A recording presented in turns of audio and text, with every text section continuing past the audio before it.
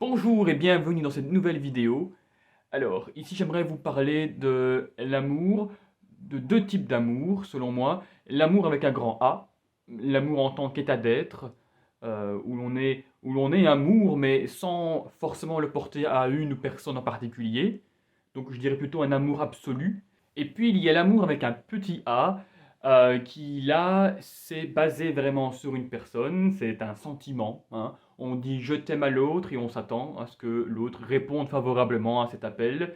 Et donc il se base sur un échange et donc une attente et donc un besoin qui doit être comblé.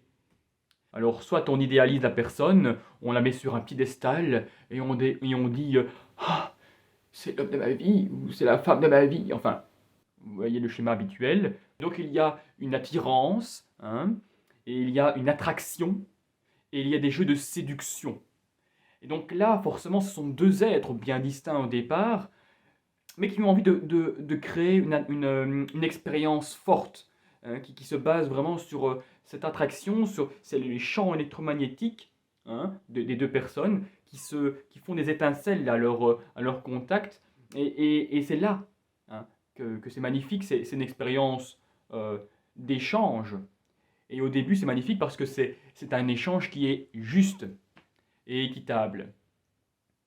Le problème, c'est quand il y a une fusion. Donc, l'un a un champ magnétique beaucoup plus fort qui fait qu'il hop là, c'est absorbé et on rentre dans un espace de fusion. Et c'est là que ça va plus. C'est là qu'il peut y avoir comme résultante la souffrance. Pourquoi? Parce qu'on a des attentes envers cette personne qui est mise sur un piédestal et ces attentes ne sont pas comblées. Ce type d'amour qui se base donc sur l'échange, et il est vu, on pourrait le voir comme une espèce de transaction. Donc vous allez au magasin, mais vous avez une certaine somme et vous achetez en échange de cette certaine somme un objet. Et donc vous avez un échange. Et bien c'est pareil alors dans ce type d'amour transaction où je te donne et tu me donnes en échange. Mais le problème, c'est que quand l'une des personnes perd un petit peu son magnétisme dans l'autre, dans le sens où il se sent absorbé par l'autre, eh bien, il n'est plus tout à fait attirant, dans le sens où il n'a plus ce magnétisme qu'il avait au départ. Logique, parce qu'il a trop donné.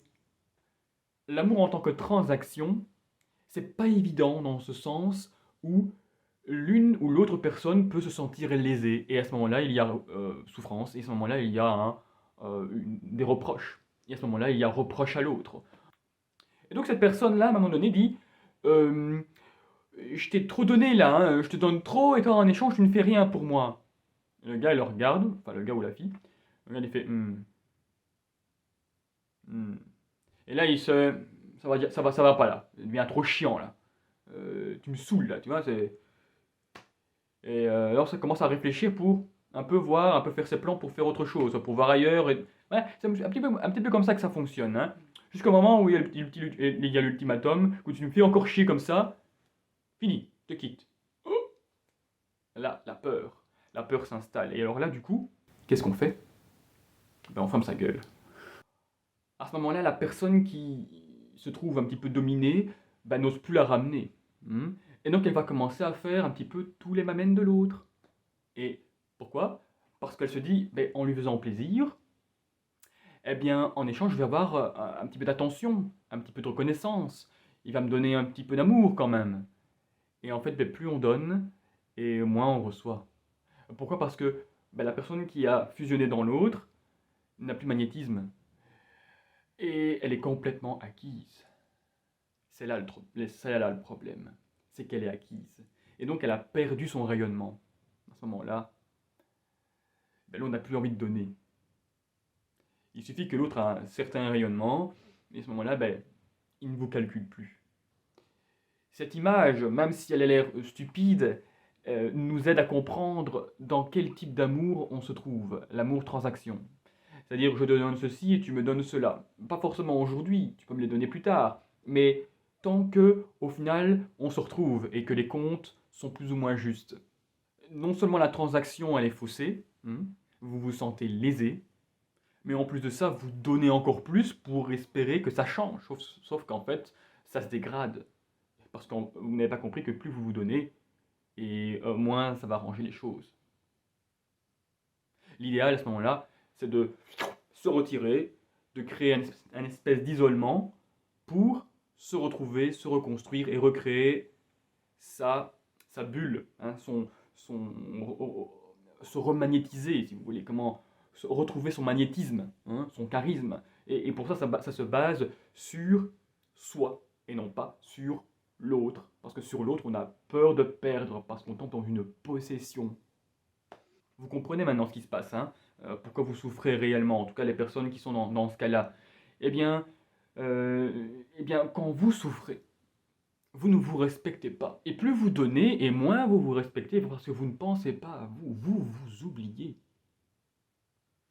Au profit de l'autre. L'autre, il grossit, et vous diminuez. Jusqu'au moment où vous allez éclater. Mais ça peut prendre des années. Et tout ça à cause de quoi? À cause d'un manque que vous ressentez. Pas parce que l'autre ne vous donne pas, mais parce que vous ne vous donnez pas à vous. Et dans tous les cas, vous ne vous respectez pas.